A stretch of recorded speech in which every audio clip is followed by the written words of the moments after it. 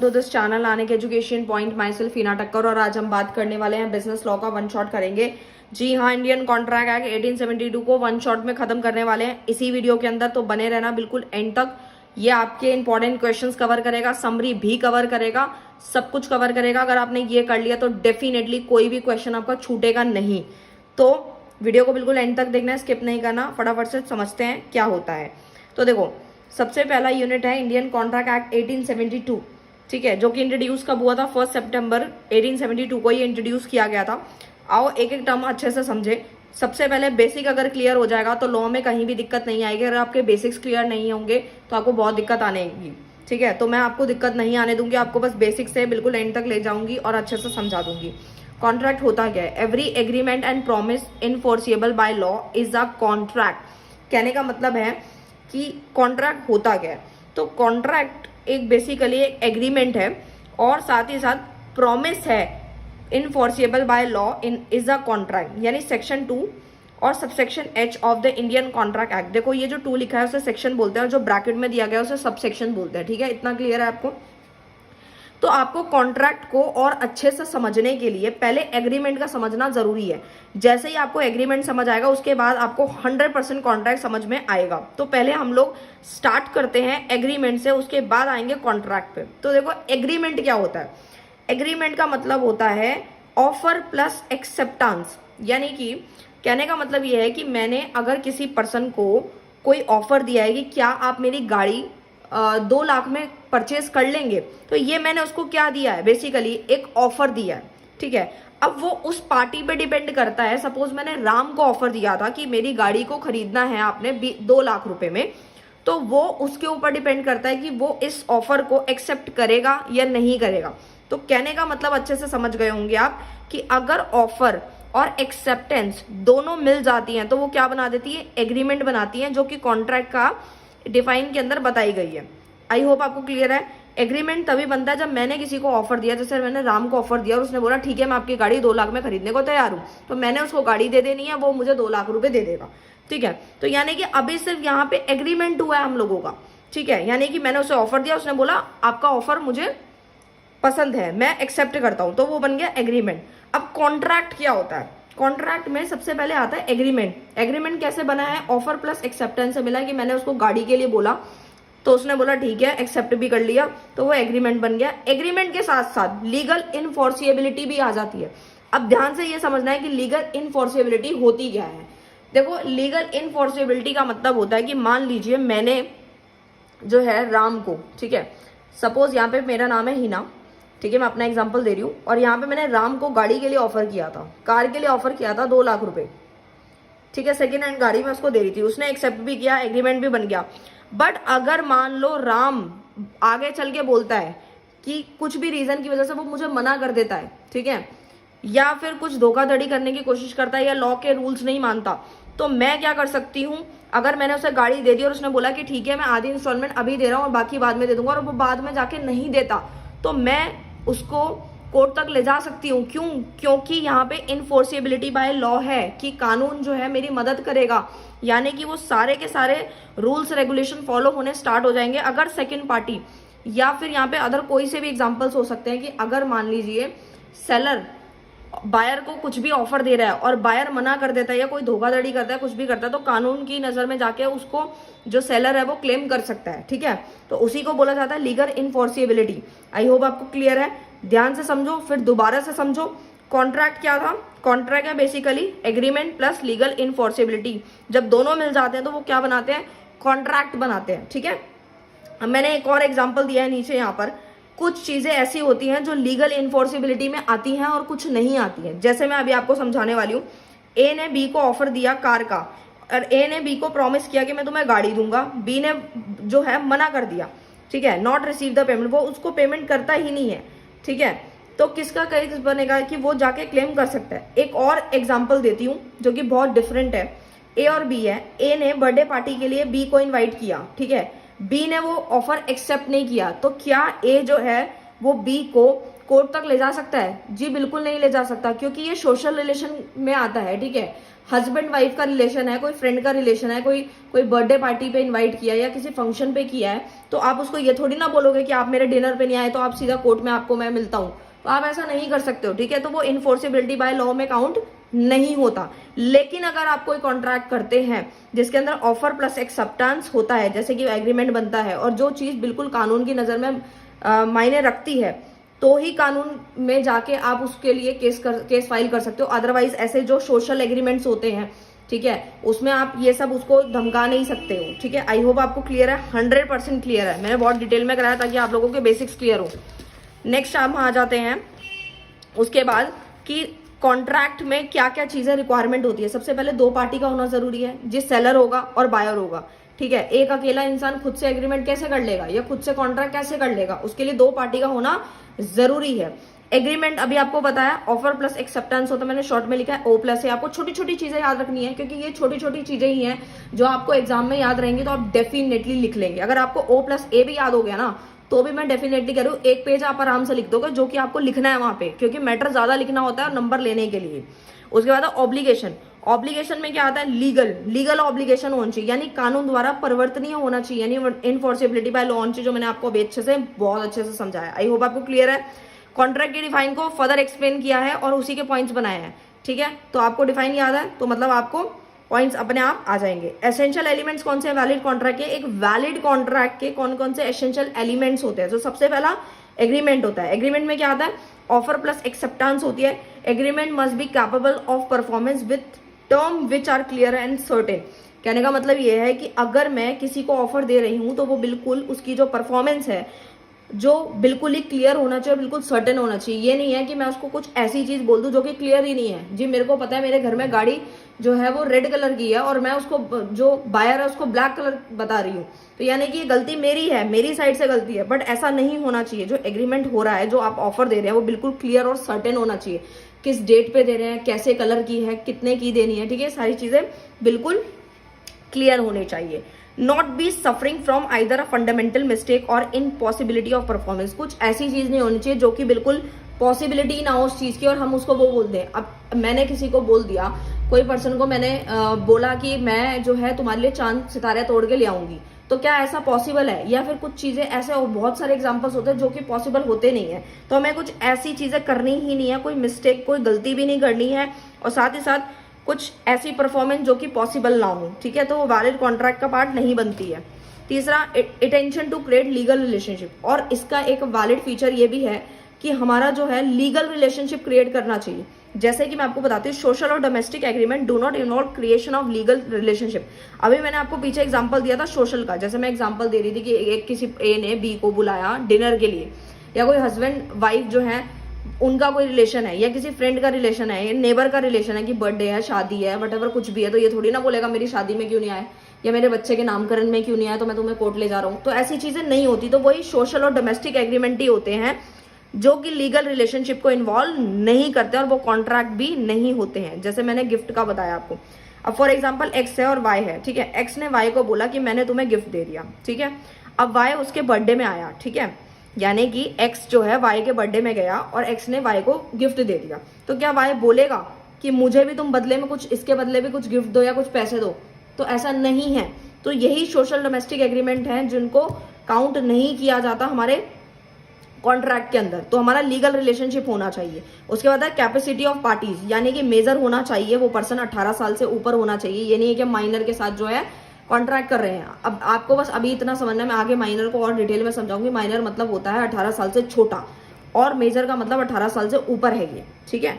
तो 18 साल के जो ऊपर की बात हो रही है तो वो मेजर में काउंट होगा। मतलब आप जिससे कॉन्ट्रैक्ट करें वो मेजर होना चाहिए, 18 साल से ऊपर होना चाहिए, क्योंकि हमारे कानून के अंदर ये देखा जाता है कि जो पर्सन 18 साल से ऊपर है उसको कहीं ना कहीं चीजों का ज्ञान है, चीजों के बारे में पता है, वो सही डिसीजन ले सकता है। साउंड माइंड का होना चाहिए, कोई भी डिस्क्वालिफाइड बाय लॉ नहीं होना चाहिए, कोई दिवालिया नहीं होना चाहिए, या फिर कोई भी मेंटली डिस्टर्ब नहीं होना चाहिए। इस तरीके से जो है वो नहीं होना चाहिए, मतलब जिससे भी आप कॉन्ट्रैक्ट कर रहे हैं, ठीक है। फॉर एग्जाम्पल राम जो है वो सोनू से कॉन्ट्रैक्ट कर रहा है और सोनू जो है वो अनसाउंड माइंड का है, ठीक है। और जबकि ये बात राम को पता है, तो गलती किसकी है? राम की है ना, कि उसको पता होते भी वो कॉन्ट्रैक्ट कर रहा है, ठीक है। तो ऐसी चीजों के साथ कॉन्ट्रैक्ट नहीं करना जो कि साउंड माइंड के नहीं है। डिस्क्वालिफाइड बाय लॉ है, ठीक है, समझ रहे हो, आई होप आपको क्लियर है। नेक्स्ट आता है फ्री कंसेंट। फ्री कंसेंट का मतलब है दो और दो से ज्यादा person said to be a consented where they are they agree upon the same thing in a sense है, यानी कि दो पर्सन जिनके बीच में डील हो रही है वो लोग सेम चीज ही समझ जाए। जैसे मैंने आपको अभी पीछे भी एग्जांपल दिया था कि एक पर्सन है वो दूसरे को बोल रहा है कि मेरे घर में मैं आपको गाड़ी जो है वो ब्लू कलर की देने वाला हूँ, ठीक है, लेकिन उसको खुद श्योरिटी नहीं है कि वो कौन सी वाली देने वाला है, ठीक है। और हो सकता है कि ए ने बी को बोला कि मैं तुम्हें अपनी गाड़ी दूंगा, बट उसके पास दो गाड़ी हैं, एक ब्लू है और एक रेड है, तो ए ने बी को बताया भी नहीं कि मैं कौन सी गाड़ी दूंगा।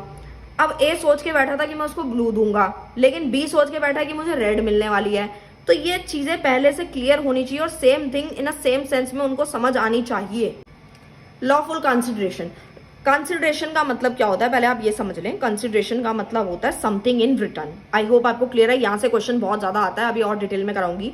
लॉफुल कंसिडरेशन क्या है? Contract result only when a promise is made for something in return, कि आपने किसी को प्रॉमिस किया है और बदले में आपको कुछ मिल भी रहा है। फॉर एग्जाम्पल ए ने बी को बोला कि मैं गाड़ी दे रहा हूँ, ठीक है जी, गाड़ी दे रहा हूँ 1 लाख रुपए में, तो बी ए को उसका फर्ज बनता है कि वो उसे 1 लाख रुपए दे, सेल इज कार। तो ये क्या है? Consideration must be valid in the eye of law. कानून की नजर में वो बिल्कुल सही होना चाहिए, ये नहीं है कि बदले में कुछ ना मिले। अब ये थोड़ी ना ए अपनी गाड़ी उठा के बी को दे देगा और बी बोले मैं तो पैसे दे ही नहीं रहा, तो ऐसा नहीं है। Something return, something in return, कुछ बदले में मिलना भी चाहिए, कि एक जना गाड़ी दे रहा है तो दूसरा उसको पैसे दे रहा है, ठीक है। या और भी बहुत सारे एग्जाम्पल्स हो सकते हैं, ठीक है। लॉफुल ऑब्जेक्ट क्या होता है? The agreement must not relate to a thing which is contrary to the provision of any law or has expressly been forbidden by any law or which is opposed to policy is immoral। जैसे कि मैं एक example देती हूँ आपको, एक राज है और एक माही है, ठीक है।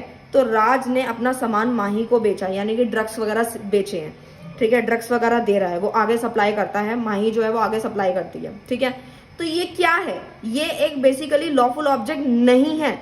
क्यों नहीं है? वो इमोरल में आ जाएगा। क्यों? क्योंकि राज को ऑलरेडी पता है कि मैं उसको क्या सामान बेच रहा हूँ, और माही को भी पता है कि मैं आगे क्या चीज सप्लाई कर रही हूँ, ड्रग्स सप्लाई कर रही हूँ, जो कि इमोरल में काउंट होगा, जो कि कानून की नजर में बिल्कुल भी सही नहीं है। तो हमारा जो ऑब्जेक्ट है, जो हम सामान दे रहे हैं, वो बिल्कुल ऑब्जेक्ट जो है वो बिल्कुल लॉफुल होना चाहिए। I hope.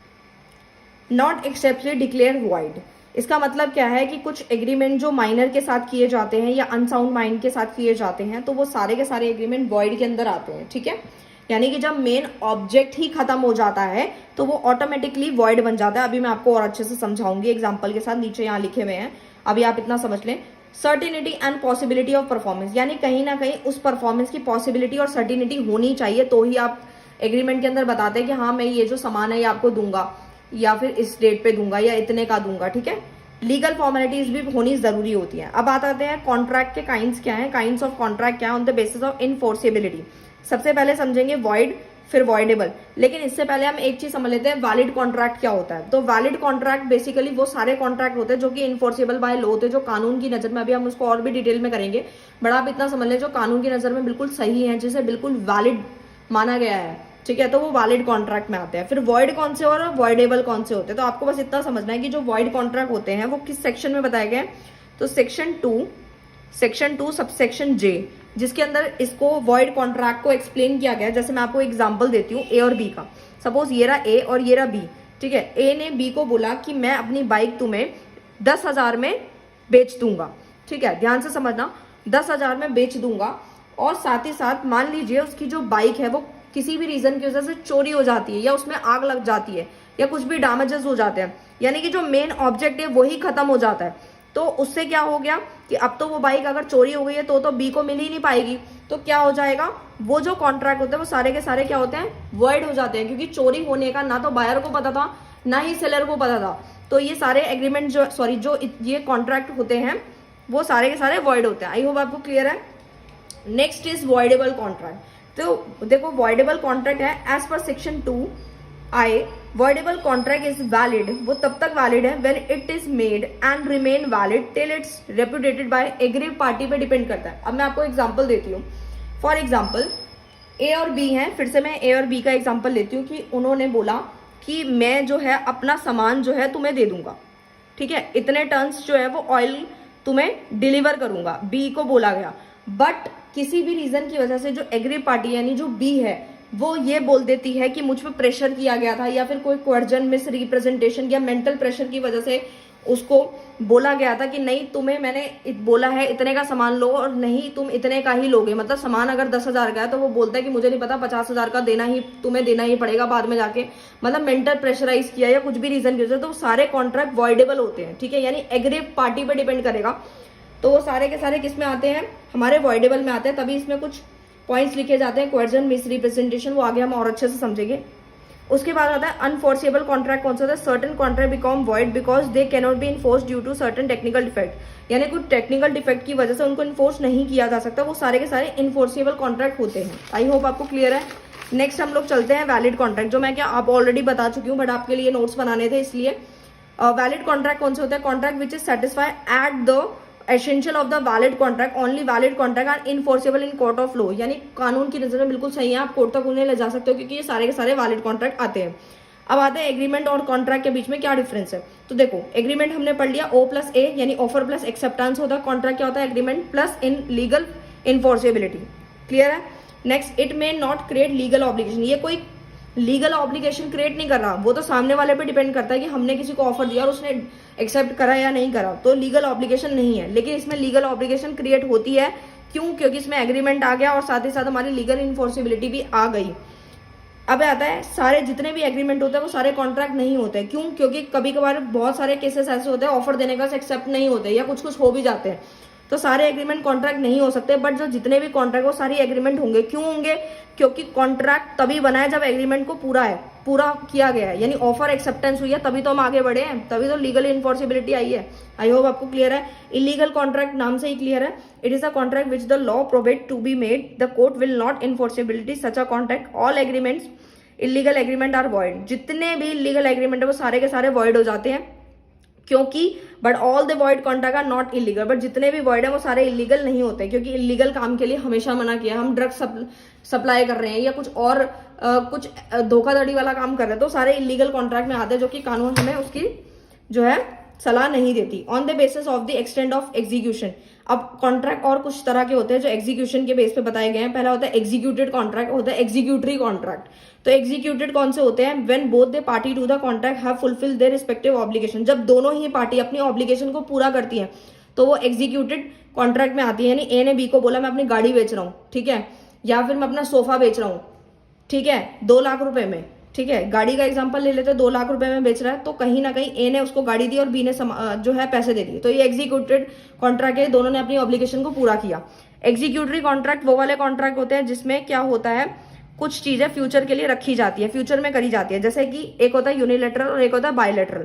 यूनिलेटरल मतलब एक से समझना है आपको, यानी कहने का मतलब यह है कि वन पार्टी ने, सिर्फ एक ही पार्टी ने अपनी परफॉर्मेंस को यानी कि अपनी ऑब्लिगेशन को पूरा किया है और बाकी दूसरी पार्टी की अभी ऑब्लिगेशन रह गई है। Next is bilateral. बायलेटरल में क्या होता है, दोनों पार्टी की जो ऑब्लिगेशन है वो अभी आउटस्टैंडिंग है, यानी दोनों ने अपना काम अभी नहीं किया। जैसे मैं आपको एग्जांपल देती हूँ दोनों का। अब समझते हैं यूनिलेटरल का एग्जांपल। यूनिलेटरल का मतलब है एक पार्टी ने काम कर दिया, दूसरे ने नहीं किया। सपोज एक पर्सन है जो कि उसने किसी सफाई वाले से अपने घर की सफाई करा ली, तो वो क्या है, यूनिलेटरल है कि उसने सफाई तो करा ली बट उसको पैसे नहीं दिए, तो यानी कि दूसरी पार्टी ने अभी अपना ऑब्लिगेशन पूरा नहीं किया। बायलेटरल में क्या होता है, दोनों पार्टी की ही ऑब्लिगेशन अभी पेंडिंग है, आउटस्टैंडिंग है, बची हुई है। जैसे ए ने बी को बोला कि मैं तुम्हें 1 महीने बाद अपनी कार दूंगा, ठीक है, और बी ने बोला ठीक है मैं 2 महीने बाद पैसे दूंगा, ठीक है, तो ये क्या है, बायलेटरल ट्रांजेक्शन है, मतलब बायलेटरल कॉन्ट्रैक्ट है। आई होप आपको क्लियर है। नेक्स्ट चलते हैं on the basis of creation के बेसिस पे, एक होते हैं एक्सप्रेस कॉन्ट्रैक्ट्स और एक होता है इम्प्लाइड, ठीक है। तो एक्सप्रेस में कौन से आते हैं, एक्सप्रेस में होता है express contract enter into between the party by word spoken और written are term as express contract. Express किया गया या तो बोलकर या तो लिखकर, वो एक्सप्रेस होते हैं। इम्प्लाइड कॉन्ट्रैक्ट कौन से होते हैं, come into existence and account of the conduct and act of the parties are term as implied contract. For example, अगर कोई पर्सन है वो बस में चढ़ा है, ठीक है, तो बस में सीट पे बैठ गया है, तो उसको ये चीज पता है ऑलरेडी कि अगर मैं बस में चढ़ा हूं या चढ़ी हूं तो मुझे टिकट तो लेनी ही पड़ेगी। तो ये क्या है, बिल्कुल इम्प्लाइड कॉन्ट्रैक्ट है कि दोनों पर्सन्स को पता है कि हाँ भाई अगर कोई बस में चढ़ रहा है या कोई ट्रैवल कर रहा है तो उसको टिकट लेनी ही है, तो वो क्या है, इम्प्लाइड है। इसमें कुछ बताने की या लिख कर समझाने की जरूरत नहीं होती है। ऐसे क्वासी कॉन्ट्रैक्ट कौन से होते हैं, तो क्वासी कॉन्ट्रैक्ट वो वाले कॉन्ट्रैक्ट होते हैं जिसके अंदर मान लीजिए किसी का कोई फोन गिर जाता है या किसी का वॉलेट गिर जाता है, तो क्या होता है कि दूसरे पर्सन को पता है कि रिटर्न करना ही करना है, तो ये कौन सा कॉन्ट्रैक्ट होता है, क्वासी कॉन्ट्रैक्ट होता है। आई होप आपको क्लियर है। नेक्स्ट आता है ऑफर एंड प्रपोजल। ऑफर को हम प्रपोजल भी बोलते हैं। सेक्शन 2 सबसेक्शन ए में डिफाइन किया गया है, a proposal made by one person to another to do an act और एब्सटेन फ्रॉम डूइंग इट। अब मान लीजिए कि हम किसी को ऑफर दे रहे हैं, किसी को प्रपोजल दे रहे हैं कि हाँ भाई आओ, जैसा फॉर एग्जांपल किसी कोचिंग के अंदर किसी टीचर की वैकेंसी खाली है, तो हम उसे क्या बोल रहे हैं, ऑफर दे रहे हैं कि आ जाओ आप साइंस पढ़ा लो या फिर आप मैथ्स पढ़ा लो, ठीक है। तो हम क्या कर रहे हैं, उसको प्रपोजल दे रहे हैं उस चीज का। तो जब वो प्रपोजल एक्सेप्ट हो जाता है तो वो क्या बन जाता है, प्रॉमिस बन जाता है। क्यों? क्योंकि सामने वाली पार्टी ने उस प्रपोजल को एक्सेप्ट किया है। मान लीजिए मेरे इंस्टीट्यूट के अंदर जब मैं ऑफलाइन क्लासेस करती हूँ तो वहां पे मैंने एक टीचर हायर किया है साइंस पढ़ाने के लिए, तो मैंने उसको पहले क्या दिया है, प्रपोजल दिया है, ऑफर दिया है। अगर उन्होंने वो प्रपोजल एक्सेप्ट हो जाता है तो वो क्या बन जाता है, प्रॉमिस बन जाता है। And offer can be analyse into 2 parts, और जो ऑफर होता है वो 2 पार्ट्स में एनालाइज किया गया है, एक होता है ऑफरर, एक होता है ऑफरी।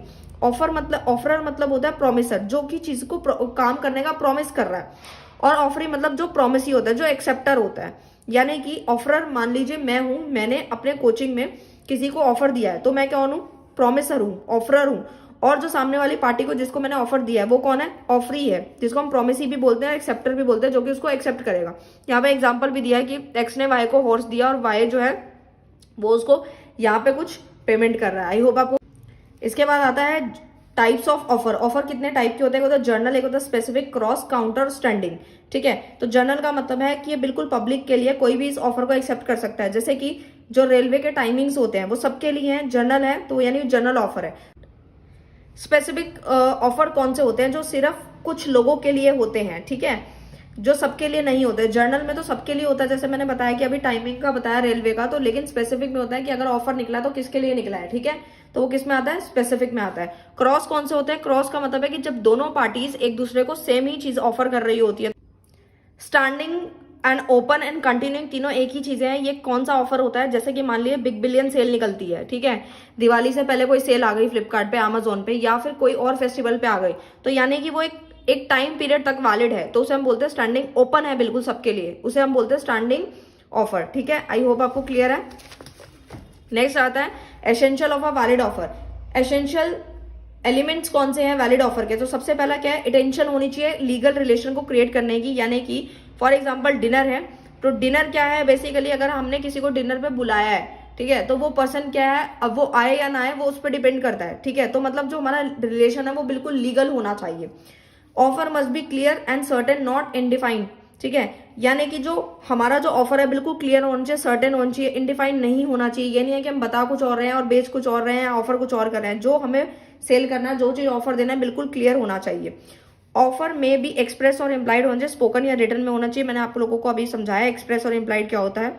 ऑफर मस्ट भी कम्युनिकेटेड होना चाहिए, ऑफरी से बिल्कुल अप टू डेट होना चाहिए, कम्युनिकेटेड होना चाहिए। Offer must be made within a view to obtain the consent. सामने वाले का कंसेंट भी जानना जरूरी होता है कि अगर हम किसी को ऑफर दे रहे हैं तो वो पर्सन उस चीज पे एग्री है भी कि नहीं है। Settlement of price is not an offer. Price के लिए सेटलमेंट करना कोई ऑफर नहीं होता, वो तो डिपेंड करता है बायर पे, वो कितने का खरीदेगा या बार्गेनिंग करेगा, क्या करेगा। ऑफर में भी आइदर स्पेसिफिक और जनरल, ये भी हम समझ चुके हैं कि ऑफर जो होता है स्पेसिफिक होता है या तो किसी पर्टिकुलर पर्सन के लिए या फिर वो पूरी जनता के लिए। स्पेशल कंडीशन अटैच होती है, ऑफर मस्ट ऑल्सो भी कम्युनिकेटेड, और उसमें कम्युनिकेशन भी बहुत जरूरी होता है स्पेशल कंडीशंस के अंदर। नेक्स्ट देखते हैं,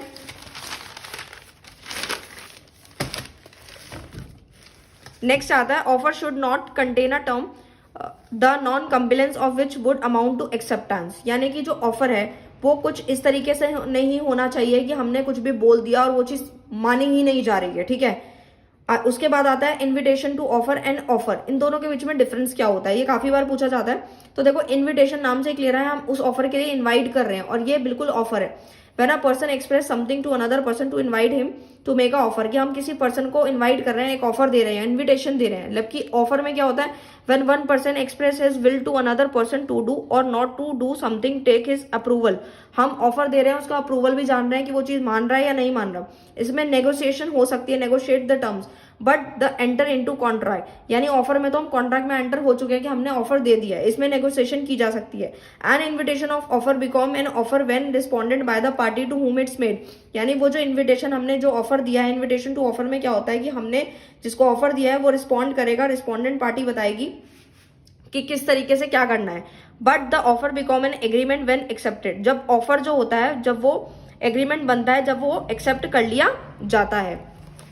नेक्स्ट आते हैं एक्सेप्टेंस क्या होता है। एक्सेप्टेंस का मतलब क्या है, according to section 2 subsection B, when the person to whom the offer is made significance absent thereto the proposal is said to be accepted। Acceptance नाम से ही क्लियर है कि हमने किसी को ऑफर दिया और उसके बाद हमने एक्सेप्ट कर लिया। जो चीज हमने पहले पढ़ी थी अब हम उसको डिटेल में पढ़ रहे हैं। एक्सेप्टेंस मतलब उस चीज को एक्सेप्ट किया जा रहा है बायर की तरफ से। तो क्या वैलिड एक्सेप्टेंस होती है, सबसे पहले एब्सोल्यूट और अनक्वालिफाइड होनी चाहिए। Acceptance must be in the made prescribe, mode prescribed होना चाहिए, किस मोड में किया जा रहा है एक्सेप्टेंस की, कैसे वो लिख कर बता रहे हैं या फिर ओरली एक्सेप्ट कर रहे हैं। Acceptance must be communicated to offeror, offeror से बिल्कुल कम्युनिकेटेड होना चाहिए। There can be no acceptance before the communication of offer, बिना कम्युनिकेशन के इसको एक्सेप्टेंस में नहीं लिया जाएगा। Silence cannot be prescribe as a mode of acceptance, अगर हमने किसी को कोई ऑफर दिया है और उसको बोला है कि हम आपको गाड़ी बेच रहे हैं या फिर आपको कोई भी सामान बेच रहे हैं और सामने वाला बायर हमें कुछ भी बता नहीं रहा, साइलेंट है, तो वो एक्सेप्टेंस का मोड नहीं माना जाएगा। Acceptance must be given within the time stipulated और within a reasonable time if time is not mention. अगर टाइम मेंशन नहीं है तो एक रीजनेबल टाइम पे हम लोग समझ लेते हैं। जैसे मान लीजिए हमने किसी पर्सन को हायर करा है, ठीक है, और उसको बोला है कि आपको इंटरव्यू देने के लिए आना है, ठीक है, तो 2-3 दिन का टाइम हमने दिया और वो इंटरव्यू देके चला, अगर बाद में कुछ रिस्पॉन्स नहीं कर रहा और कुछ दिनों तक उसने रिस्पॉन्स नहीं किया तो हम ऑटोमेटिकली समझ जाते हैं कि वो ज्वाइन करना नहीं चाहता है। तो acceptor must be indicate intention to fulfil the promise, acceptor जो है वो कहीं ना कहीं उसकी इंटेंशन होनी चाहिए कि वो अपने प्रॉमिस को फुलफिल करे। If the proposal is made through an agent it is sufficient if the acceptance is communicated to him.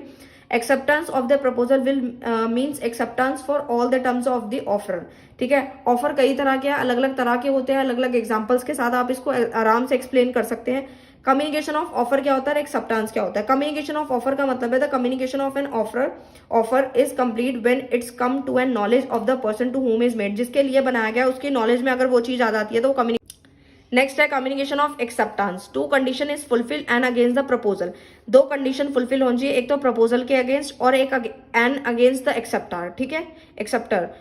तो पहला आता है and against the proposal when it is put in the course of transmission to him so as to be put out the power of the acceptor to the withdraw, ठीक है। यानी जो accept किया जा रहा है वो प्रपोजल के अगेंस्ट जाके है कि एक्सेप्टर के अगेंस्ट जाके है। जैसे ए ने बी को लेटर भिजवाया तो बी जो है उसको क्या करेगा, उसका रिस्पॉन्स करेगा या फिर नहीं करेगा, वो उस पर डिपेंड करता है, यानी कि प्रपोजल पे और एक्सेप्टर पे। Revocation of offer and acceptance क्या होता है, टेकिंग बैक, यानी कि रिवोकेशन मतलब ही क्या होता है, टेकिंग बैक। अगर हम किसी को ऑफर दे रहे हैं और बाद में जाके उसको बैक ले रहे हैं तो वो रिवोकेशन ऑफ ऑफर में आ जाता है, या एक्सेप्टेंस में भी ये चीज हो सकती है। नेक्स्ट इज कौन कौन से मोड होते हैं रिवोकेशन के, यानी टेकिंग बैक के। सबसे पहला नोटिस ऑफ रिवोकेशन की हम वापस ले रहे हैं, by lapse of specified time के अंदर उस चीज को वापस कर लिया जो हमने ऑफर दिया था, ठीक है। बाय डेथ, किसी की डेथ हो जाती है तो भी वो रिवोकेशन में आ जाता है। By the failure of the acceptor to the fulfil a condition present to the acceptance, कि उसने एक्सेप्ट नहीं किया। काउंटर ऑफर अभी समझाया, प्रिस्क्राइब मोड होना चाहिए टाइम पीरियड का। नेक्स्ट इज माइनर, माइनर कौन होता है, जो 18 साल से छोटा होता है। The act has been given privilege position of the minor, minor जो 18 साल से छोटा है। वैसे तो ये माना गया है कि अगर हम माइनर के साथ कॉन्ट्रैक्ट करते हैं तो वो वैलिड नहीं माना जाता, बट अगर फिर भी करते हैं तो माइनर कौन कौन से प्रिविलेजेस पोजीशंस है। सबसे पहला, minor binds other but are never bound by others, he cannot be held personally liable, वो नहीं होगा अगर उसने कोई डिसीजंस लिए हैं तो वो अगर उससे कुछ गलती हो जाती है, वैसे तो 18 साल से छोटा गलतियां हो सकती हैं बट वो लायबल पर्सनली लायबल नहीं होगा। Agreement made within a minor जो होता है, अगर हम किसी के माइनर के साथ 18 साल से छोटे पर्सन के साथ, यानी माइनर कहलाएगा जो, अगर उसके साथ हम एग्रीमेंट करते हैं तो वो वॉइड होगा, नल होगा, फाइड होगा, कुछ भी वैलिडिटी उसकी नहीं होगी कानून की नजर में, ठीक है। आई होप आपको यहाँ पे क्लियर है। नेक्स्ट चलते हैं। कंसिडरेशन क्या होता है, कंसिडरेशन का मतलब होता है समथिंग इन रिटर्न, बदले में कुछ मिलना। एसेंशियल एलिमेंट क्या है कंसिडरेशन के, consideration must be proceed at the desire of the promisor, की जिस पर्सन ने प्रॉमिस किया उसका भी कंसिडरेशन देखा जाएगा और प्रोमिसी का भी देखा जाएगा। कंसिडरेशन में मूव फ्रॉम द प्रोमिसी और एनी अदर पर्सन, 2 पर्सन होता है, एक प्रोमिसर होता है, एक प्रोमिसी, अभी आपने को मैंने समझा दिया। प्रिविटी ऑफ कॉन्ट्रैक्ट होता है, कंसिडरेशन में भी प्रॉमिस टू डू समथिंग और अब्सटेन फ्रॉम डूइंग समथिंग, कि अगर एक पर्सन ने बोला कि मैं तुम्हें अपना घर सेल कर रहा हूँ 2 करोड़ का, तो दूसरा वाला पर्सन भी बदले में उसको पैसे देगा ना, तो ये क्या है, कंसिडरेशन ही तो है, समथिंग इन रिटर्न कुछ मिलना, ठीक है। कंसिडरेशन में भी पास्ट, प्रेजेंट और फ्यूचर, वो पास्ट की भी हो सकती है, प्रेजेंट की भी हो सकती है और फ्यूचर की भी हो सकती है। हो सकता है वो ये बोले कि मैं आपको 2 महीने बाद अपना घर बेचूंगा, ठीक है, तो वो क्या है, फ्यूचर में काउंट होगा। There must be independent consideration to support each independent promise, कि वो इंडिपेंडेंट कंसिडरेशन को सपोर्ट कर रहा होना चाहिए, ठीक है। Next is consideration must have some value in the eye of law, और वो जो कंसिडरेशन है कानून में उसकी कुछ नजर में कुछ वैल्यू होनी चाहिए। ये नहीं है कि हम कुछ भी जो है समथिंग इन रिटर्न का सोच के बैठे हैं कि हाँ जी हम अपना घर दे रहे हैं और बदले में कुछ ले नहीं रहे और ले रहे हैं तो बहुत ज्यादा ले रहे हैं, ऐसा नहीं है। कानून में उसकी वैल्यू होनी चाहिए। कंसिडरेशन मस्ट बी रियल होना चाहिए, impossible, uncertain, fraudulent, immoral, oppose to public policy नहीं होनी चाहिए। ऐसा नहीं है कुछ अनपॉसिबल, अनसर्टेन, फ्रॉडुलेंट की चीजें हो जाएंगी, हम कुछ उससे फ्रॉड कर रहे हैं, चीज कुछ और दिखा रहे हैं और बेच कुछ और रहे हैं, पैसे कुछ और ले रहे हैं, ये सब चीजें नहीं होनी चाहिए। अब हम समझते हैं कि अगर प्रॉमिसर फेल हो जाता है अपने कॉन्ट्रैक्ट को पूरा करने में किसी भी रीजन की वजह से, तो वो अपने डैमेजेस को क्लेम कर सकता है, ठीक। स्ट्रेंजर टू कॉन्ट्रैक्ट क्या होता है इसे समझते हैं। जैसे कि थर्ड पार्टी कॉन्ट्रैक्ट में आ जाती है तो उसे हम स्ट्रेंजर टू कॉन्ट्रैक्ट बोलते हैं। जैसे ए और बी हैं, वो कॉन्ट्रैक्ट कर रहे थे और सी आ जाता है, तो वो क्या बन जाता है, स्ट्रेंजर टू कॉन्ट्रैक्ट बन जाता है। तो इसमें कुछ चीजें बताई गई हैं। Only parties to a contract में sue and may be sued on the contract, जैसे हम doctrine of privity of contract भी बोलते हैं। मतलब ये दिया होगा तो आपको इसी के बारे में समझाना है, यानी स्ट्रेंजर टू कॉन्ट्रैक्ट के बारे में समझाना है। कहने का मतलब ये है कि ए और बी के बीच में जब कॉन्ट्रैक्ट हो रहा है तो तीसरा पर्सन जो है केस फाइल नहीं कर सकता, स्यू नहीं कर सकता, ठीक है। बस कुछ एक्सेप्शंस होती हैं जो मैं अभी बताने वाली हूँ, उस केस में सिर्फ और सिर्फ थर्ड पार्टी जो है केस फाइल कर सकती है, अदरवाइज नहीं कर सकती, ठीक है। The consequence of the doctrine of privity of contract, सबसे पहला, any person who is not a party to a contract, जो पार्टी नहीं है कॉन्ट्रैक्ट की, can not sue upon it's even through the contract is for his benefit and he supplied consideration. भले ही consideration उसके अंदर क्यों ना हो और उसका बेनिफिट ही क्यों ना हो, तब भी वो जो है केस फाइल नहीं कर सकता, राइट। उसके बाद आते हैं हम लोग नेक्स्ट पे। उसके बाद आता है contract, a contract can not give rights, ठीक है। और कुछ एक्सेप्शंस जो मैंने आप लोगों को अभी बताई थी, some exception to the rule that a stranger can sue, कुछ ही एक्सेप्शंस हैं जिस केस में स्ट्रेंजर यानी थर्ड पार्टी जो होगी वो केस फाइल कर सकती है। कौन कौन सी, पहला, ट्रस्ट के केस में, अगर कोई ट्रस्ट का केस बनता है, ठीक है, तो तभी कर सकता है। दूसरा, फैमिली की कोई सेटलमेंट हो रही है, किसी भी फैमिली की बात हो सकती है वो, तो उस केस में थर्ड पार्टी कर सकती है, ठीक है। अच्छा, उसके बाद है in case of convent running with land, ठीक है, अगर कोई भी चीज लैंड से रिलेटेड है तो वो भी तब भी केस फाइल कर सकता है। मैरिज के कुछ कॉन्ट्रैक्ट्स होते हैं, जैसे कोई ए और बी है या फिर एक्स वाई है, कुछ मैरिज उनके कॉन्ट्रैक्ट्स हुए हैं, उनके बीच में अगर थर्ड पार्टी आ जाती है और उन्होंने डील कराई थी तो वो थर्ड पार्टी भी जो है वो केस फाइल कर सकती है। एक्नॉलेज और स्टॉपल में भी आता है। Contract enter into through an agent, अगर एंटर करा है उन्होंने कॉन्ट्रैक्ट में एजेंट के थ्रू, तो भी थर्ड पार्टी जो है स्यू कर सकती है, केस फाइल कर सकती है। असेसमेंट ऑफ कॉन्ट्रैक्ट होगा तो भी केस फाइल कर सकती है। नेक्स्ट आते हैं हम लोग अपने टॉपिक पे, फ्री कंसेंट क्या होता है। नेक्स्ट आता है फ्री कंसेंट क्या होता है। देखो नाम से ही क्लियर है, फ्री कंसेंट, टू और more person are said to be consent when they are agree upon the same thing in a same sense, यानी कि जब दो या दो से ज्यादा लोग सेम चीज एग्री कर रहे हैं और सेम चीज को, सेम थिंग को सेम सेंस में समझ रहे हैं, तो उसे फ्री कंसेंट बोलते हैं, ठीक है।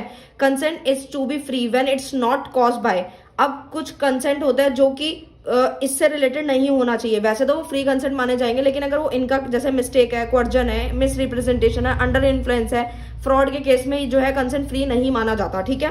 तो कौन कौन सा है, मिस्टेक क्या होती है। देखो मिस्टेक का मतलब है गलती का हो जाना। अब गलती एक से भी हो सकती है, दो से भी हो सकती है, या थर्ड पार्टी से भी हो सकती है, ठीक है। तो मिस्टेक का मतलब है यूनिलेटरल, मतलब एक तरफी, या तो बायर से हुई है या तो सेलर से हुई है। बायलेटरल मतलब दोनों से हुई है, बायर से भी और सेलर से भी हुई है, ठीक है, दोनों तरफ से हुई है। उसके बाद आता है क्वर्जन क्या होता है। क्वर्जन में आता है अनलॉफुल डिटेनिंग और threatening to detain any property, किसी प्रॉपर्टी को लेके कुछ बताया गया क्वर्जन के अंदर, जो कि कब्जा करने की बात हो रही थी, किसी ने किसी को बोला कि हाँ ठीक है तुम मुझे इतना पैसा दो वरना मैं तुम्हारी जगह जो है कब्जा कर लूंगा या फिर कुछ ले लूंगा। इस तरीके के सारे जो केसेस बनते हैं वो सारे क्वर्जन के अंदर आते हैं। मिस रिप्रेजेंटेशन में क्या होता है, जैसे मान लो मैं अपना एग्जाम्पल तो नहीं दूंगी, ठीक है, तो मैंने बहुत सारे एग्जाम्पल्स दिए हैं अभी तक, पर मान लीजिए एक्स और वाई हैं, ठीक है। एक्स जो है वो वाई को प्रॉमिस करता है कि मैं तुम्हारे को जो है अपना घर बेच दूंगा, ठीक है, यानी कि घर सेल कर दूंगा इतने रुपए में, तो यानी एक्स ने वाई को प्रॉमिस किया, ठीक है। तो इस केस के अंदर जो सेलर है, ठीक है, कौन है, एक्स है, वो अपना घर बेच रहा है, ठीक है। अब उसको पता ही नहीं है कि ये जो घर है वो उसके खुद के नाम पे है ही नहीं, ठीक है, और वो उसको घर बेचने के लिए चल रहा है, तो यानी वो मिस रिप्रेजेंटेशन का केस है। क्यों? क्योंकि उसको खुद को तो पता ही नहीं है कि घर किसके नाम पे है और जब एग्रीमेंट होगा तो क्या होगा कुछ नहीं पता, बस वो मिस रिप्रेजेंटेशन का केस बनता है। नेक्स्ट आता है अंडर इन्फ्लुएंस। अंडर इन्फ्लुएंस में क्या होता है, for example manager in employ का एग्जांपल लेती हूँ कि मैनेजर कोई धमका के एम्प्लॉय से सारा काम करा रहा है, उसको धमका रहा है, धमकियां दे रहा है, ठीक है। Relation between the parties are such that one party is in position to dominate the will of other, यानी कि कहीं ना कहीं वो उसको धमका रहा है कि ये काम कर दे वरना तेरे को उड़वा दूंगा, ठीक है। या फिर कुछ भी एग्जाम्पल हो सकता है इसका, मतलब आप यही छोटे छोटे एग्जाम्पल जो मैं आपको समझा रही हूँ इससे रिलेटेड आप बना के लिख के ना, आपका मैटर बहुत बड़ा हो जाएगा। बहुत सारे बच्चे कमेंट्स कर रहे हैं और बोलते हैं कि मैम समरी इतना बहुत है लिखना, तो मैं उनको बताना चाहूंगी कि आप लोग इतना कर लो, इतना तो लिख के आना ही है, इसके अलावा भी आप और लिखना चाहते हैं तो बना के लिखे, क्योंकि जो जब मैं एक्सप्लेनेशन देती हूँ आप उसी को एग्जाम्पल में एक एग्जाम्पल की जगह दो दे दे, पहले मीनिंग लिखे, दो दो एग्जाम्पल डाले, आराम से शीट भर जाएगी, ठीक है, आराम से पास भी हो जाओगे, ठीक है। Next is fraud. फ्रॉड क्या होता है, जैसे हमने किसी को प्रॉमिस किया, कोई धोखा दे दिया या फिर वो कोर्ट की नजर में सही नहीं है, हम उसके साथ फ्रॉड कर रहे हैं, तो नाम से ही क्लियर है। आजकल तो कितने लोग करते हैं फ्रॉड, आप देखते ही होंगे, इतने एन नंबर्स ऑफ एग्जांपल है फ्रॉड के जो मैं बता नहीं सकती, जो कि डेली बेसिस पे कर रहे हैं। फोन करते हैं जी ओटीपी शेयर कर दो, ये कर दो, बहुत लोगों को पता नहीं होता, अनजान होते हैं, पढ़े लिखे नहीं होते, तो क्या है, फ्रॉड का केस ही तो है कि हमारा कानून की नजर में वो चीज नहीं है, कुछ फैक्ट्स है, कुछ सजेशंस है जो कि बिल्कुल ही गलत में काउंट होते हैं, तो फ्रॉड का केस। देखो legality of object and consideration क्या होता है, आप लोगों को कंसिडरेशन भी समझा दिया, ऑब्जेक्ट भी समझा दिया। अब आपको बस इतनी सी चीज समझनी है कि अगर ये चीज नहीं होती तो सारी की सारी अनलॉफुल में काउंट होती है। जैसे मान लीजिए when consideration involve injured to person और प्रॉपर्टी टू अनदर, किसी की धोखाधड़ी से हम प्रॉपर्टी ले रहे हैं, फ्रॉड का केस कर रहे हैं, ठीक है। या फिर कोई भी मान लीजिए agreement oppose to public policy है, तो वो सारे केसेस किसके बनते हैं, हमारे अनलॉफुल के बनते हैं। जैसे फोरबिडन बाय लॉ है कि पनिशेबल है, पता है कानून की नजर में ये चीज गलत है तो गलत ही है। और आगे हम इसको डिटेल में भी पढ़ेंगे कि कहीं ना कहीं अगर हम कुछ फ्रॉड करते हैं, कुछ धोखाधड़ी करते हैं जो कंसिडरेशन में नहीं है, समथिंग इन रिटर्न नहीं है, तो उसके लिए हम पनिशेबल होंगे ही होंगे, ठीक है। प्रोविजन ऑफ लॉ डिफीट कर जाता है उस केस में। नेक्स्ट आता है अपोज पब्लिक पॉलिसी, इसके 4 केस बनते हैं। जैसे एग्रीमेंट है ट्रेडिंग विद एनिमी कंट्री, कोई ट्रेड कर रहा है, जैसे इंडिया है वो पाकिस्तान से ट्रेड कर रहा है या फिर चाइना से ट्रेड कर रहा है, मैं एक एग्जाम्पल ले रही हूँ, ठीक है। तो उस केस में वो क्या बन जाता है, ट्रेडिंग विद एनिमी कंट्री, ठीक है। क्रिएट मोनोपोलिस, मोनोपोलिस क्रिएट करना, ठीक है। मैरिज ब्रोकरेज कॉन्ट्रैक्ट्स होते हैं, सारे के सारे वॉइड कहलाते हैं। क्यों, क्योंकि किसी की मैरिज जो है ब्रोकरेज के कॉन्ट्रैक्ट्स हो गए। Interference with court of justice, court of justice में इंटरफेरेंस करना, ये भी क्या है, हमारे केस को ब्रेक कर देता है, बीच में खत्म कर देता है। खत्म करने के लिए वो भी क्या आएगा, वॉइड में काउंट होगा। नेक्स्ट आते हैं वॉइड एग्रीमेंट कौन से होते हैं, जिसमें कुछ रिस्ट्रिक्शंस है।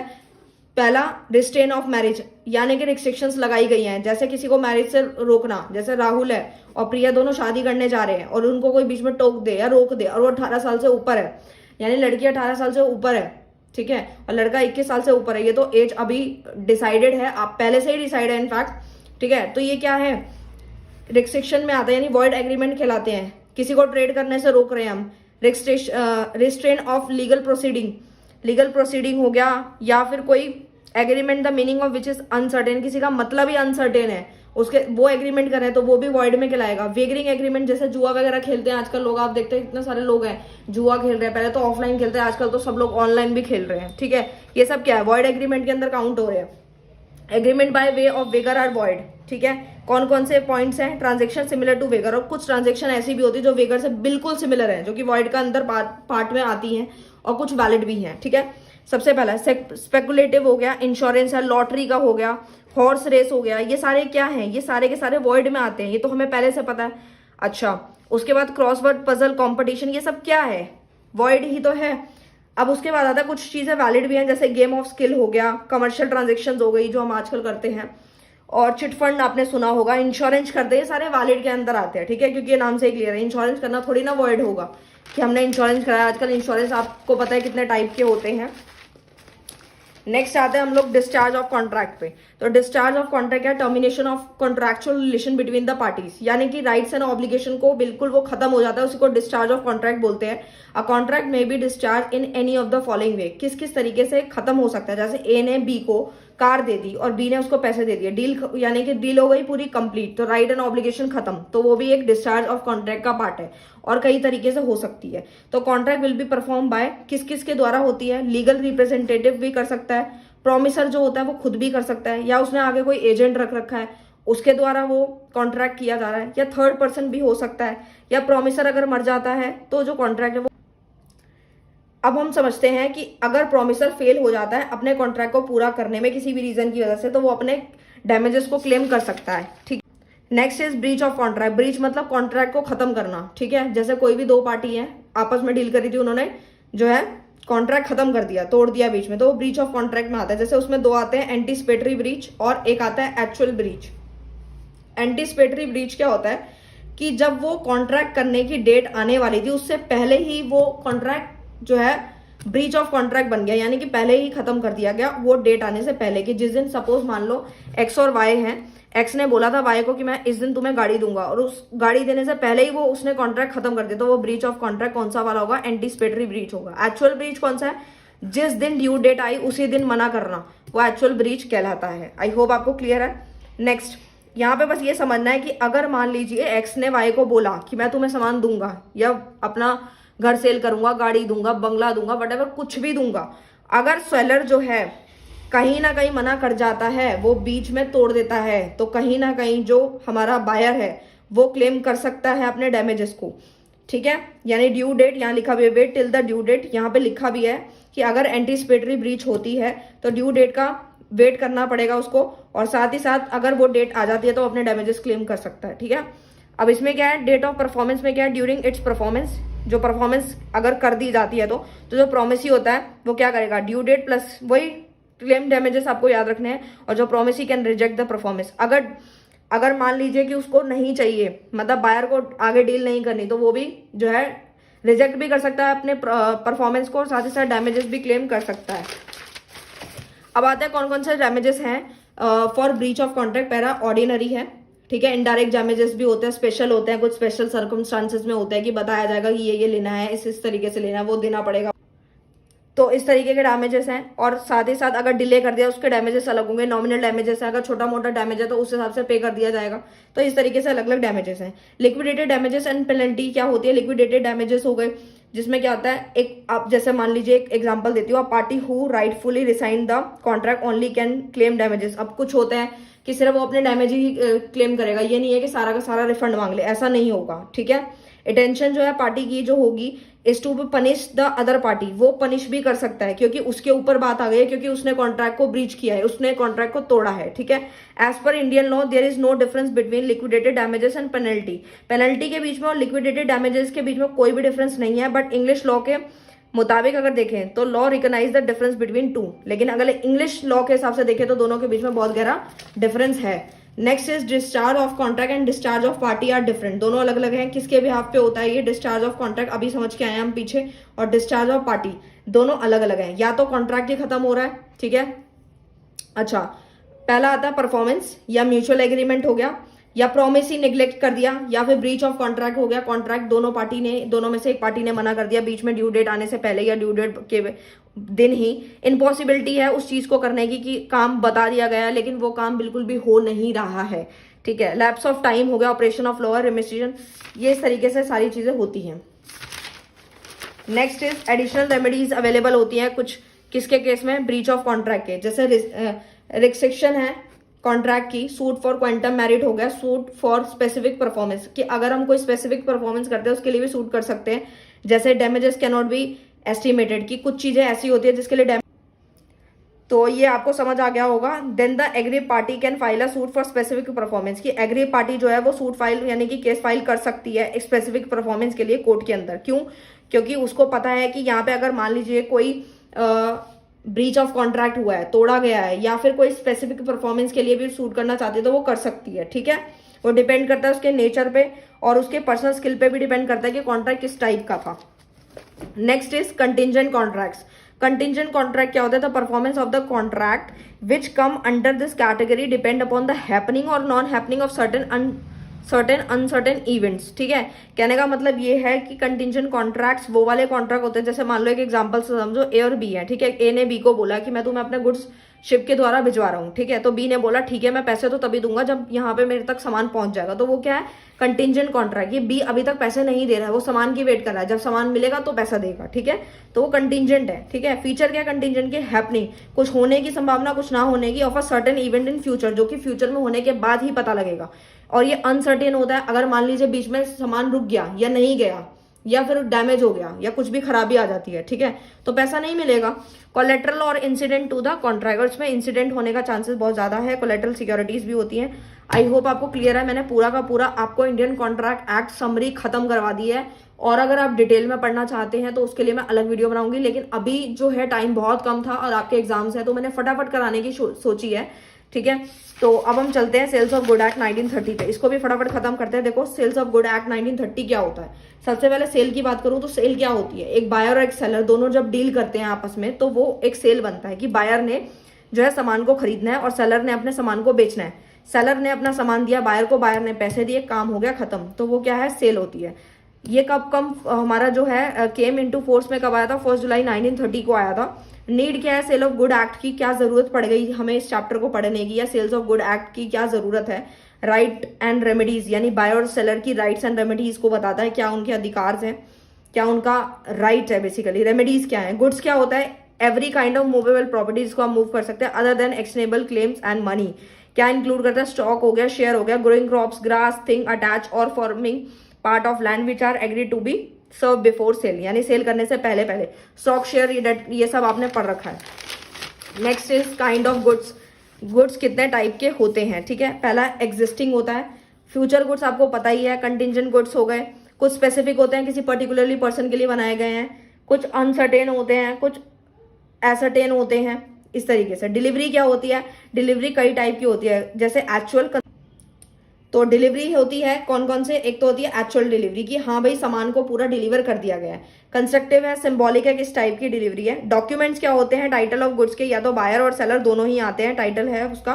प्रॉपर्टी है, इंसॉल्वेंट हो गया, जैसे दिवालिया हो जाता है। प्राइस का होना, क्वालिटी कैसी है गुड्स की, किस टाइप की प्रॉपर्टी है जो कि सेल की जा रही है। Contract of sale of two kind, दो तरह का होता है, एक सेल होता है, एक एग्रीमेंट टू सेल होता है। सेल का मतलब है the property of goods passes to the buyer, यानी कि जो प्रॉपर्टी है गुड्स, यानी जो गुड्स है बेसिकली वो पास हो रहा है किसको, बायर को, सेलर से बायर को जा रहा है। Property is goods passes to a buyer on future date, ये अभी दिया नहीं गया, फ्यूचर डेट पे जाएगा, उसको बोलते हैं एग्रीमेंट टू सेल। पहले एग्रीमेंट होगा फिर सामान जाएगा।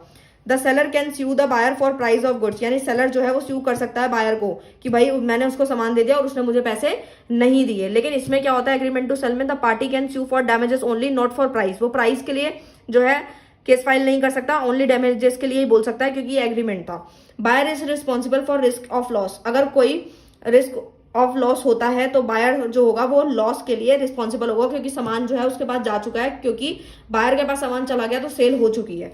सेलर इज रिस्पॉन्सिबल, सेलर क्यों रिस्पॉन्सिबल है, क्योंकि अभी फ्यूचर डेट पे वो काम होने वाला, अभी हुआ नहीं है। Elements must be coexist as to constitute a contract of sale of goods, यानी कि सेल ऑफ गुड में क्या क्या होना अनिवार्य है।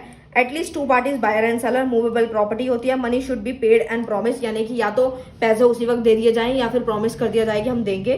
सेल में भी a conditional and absolute, sale किस तरीके की, या तो कंडीशनल हो, कंडीशंस पे हो, या तो एब्सोल्यूट उसी वक्त हो। वैलिड कॉन्ट्रैक्ट के कुछ फीचर्स जो हम लोगों ने ऑलरेडी पीछे पढ़ लिए हैं, वो सारे के सारे इसी के अंदर आते हैं। नेक्स्ट हम चलते हैं, sale and hire purchase agreement क्या होता है। आप लोगों ने फाइनेंशियल अकाउंटिंग के अंदर ये चैप्टर पढ़ लिया हायर परचेज वाला, तो आई होप आपको क्लियर होगा, वहां से आपको बहुत चीजें समझ आई होंगी। जिनको नहीं पढ़ा समझ लो। सेल मतलब क्या है, एग्जीक्यूटेड कॉन्ट्रैक्ट है, ये बेलर और बेली के बीच में होता है, ठीक है। यानी कि कहने का मतलब यह है कि यहाँ पे किश्तों पे सामान जो है, मतलब सामान जो है दे दिया जाता है, लेकिन जो पैसे होते हैं वो किश्तों पे धीरे धीरे करके ओनर तक पहुंचते हैं, तो उसे क्या बोलते हैं, हायर परचेज सिस्टम, ठीक है। अच्छा, buyer can not terminate the contract, buyer इसके अंदर टर्मिनेट नहीं कर सकता क्योंकि ऑलरेडी सामान जा चुका है बायर के पास, और इसमें टर्मिनेट कर सकता है क्योंकि नॉट फोर्स फॉर इंस्टॉलमेंट, और ना तो यहाँ पे इंस्टॉलमेंट के लिए फोर्स किया जाएगा किसको, बेली को। कंडीशन एंड वारंटीज इसमें देखी जाती है, इसमें हायर परचेज एग्रीमेंट साइन किया जाता है कि जब लास्ट इंस्टॉलमेंट मिल जाएगी तो ही वो जो बेली है वही मालिक बनेगा, अदरवाइज बेलर ही इसका मालिक होगा। सेल एंड बेलमेंट क्या होता है, दोनों के बीच में क्या डिफरेंस है, ये काफी क्वेश्चंस आते हैं, मैं मेन ही करा रही हूँ जो पेपर में आने का चांस है। सेल एंड बेलमेंट क्या होता है, सेल का मतलब है ownership of goods from seller to buyer, आपको पता ही है सेल उसी वक्त, यानी सेलर से बायर के पास जो है ओनरशिप ट्रांसफर हो जाती है। लेकिन बेलमेंट में क्या होता है, only transfer of possession of goods from the baler of the belly, baler से बेली के पास ट्रांसफर होती है, ठीक है। इसमें क्या होता है, कंसिडरेशन क्या होता है, जैसे समथिंग इन रिटर्न क्या होता है, प्राइस होता है। इसमें need not be pass between bailor and bailee, ठीक है। इसमें क्या होता है, no return of goods, goods बाद में वापस नहीं हो सकते क्योंकि ऑलरेडी सामान जा चुका है, ठीक है। कभी कभार पैसे भी मिल जाते हैं। Bailee must return the goods after the fulfilment of the purpose, यानी कि अगर बेली का पर्पस पूरा हो चुका है तो वो गुड्स को वापस कर सकता है। Next is condition and warranty, very very important question, अच्छे से समझ लो।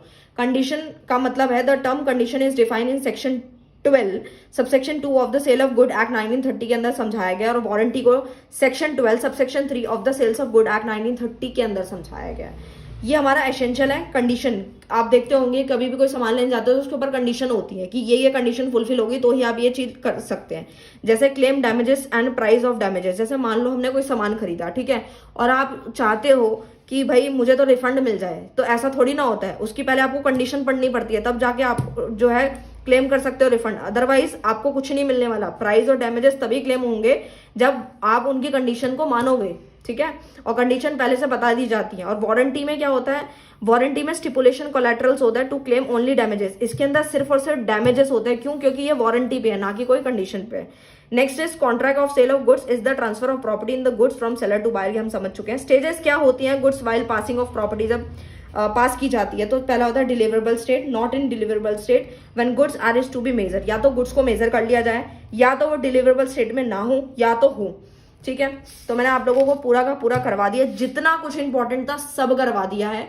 अब एक आपका LLP बचा है, वो आपको मैं नेक्स्ट यूनिट में करवा दूंगी, और मिलते हैं नेक्स्ट वीडियो में नेक्स्ट टॉपिक के साथ। तब तक के लिए bye bye, thank you so much. Welcome to this channel Nanak education point, myself Hina Takkar, और आज हम बात करने वाले हैं बिजनेस लॉ के बारे में। जी हाँ, इससे पहले मैं ऑलरेडी काफी सारी वीडियो बना चुकी हूँ, प्रीवियस पेपर आप लोगों से डिस्कस किया था बिजनेस लॉ का, और साथ ही साथ इंपॉर्टेंट क्वेश्चंस भी बता दिए हैं। इंडियन कॉन्ट्रैक्ट एक्ट करा दिया है, सेल्स ऑफ गुड एक्ट भी करा दिया, पार्टनरशिप वाली यूनिट रह गई थी, वो मैं आज कवर करवा दूंगी। उसके बाद आपका पूरा कंप्लीट हो जाएगा। उसके बाद मैं ट्राई करूंगी पूरा वन शॉट ही पूरा प्रोवाइड कर दूं। बाकी इससे पहले एक और वीडियो है और एक ये वीडियो, यानी कि दोनों में पूरा सिलेबस कवर करवा रही हूँ मैं, इंपॉर्टेंट क्वेश्चंस दे दिए हैं। बाकी मैंने आप लोगों को BCOC 131 दे दिया, 132 भी बता दिया, 133 भी डिस्कस कर दिया। इंग्लिश की ऑलरेडी वीडियो बनी है, वहां से देख सकते हैं। इन्वायरमेंटल स्टडीज के इंपॉर्टेंट क्वेश्चन जो है वो भी ऑलरेडी डले हुए हैं, आप प्लेलिस्ट चेक कर लेना। BCom करके BBA करके आपको मिल जाएगी। क्या होता है, तो पार्टनरशिप एक ऐसा रिलेशन होता है, partnership is the relation between partner who have agreed to share the profit of the business carried on by all or anyone acting for all. इसका मतलब क्या है, इसका सिंपल सा साधारण सा मतलब है कि पार्टनरशिप में क्या होता है, दो या दो से ज्यादा लोग मिलते हैं, हाथ मिलाते हैं, और वो बोलते हैं कि हम अपने प्रॉफिट्स को शेयर करेंगे। और एक लाइन और जुड़ी हुई है इसके साथ, carried on by all or anyone acting for all. कहने का मतलब यह है कि 3 पार्टनर है, A, B और C।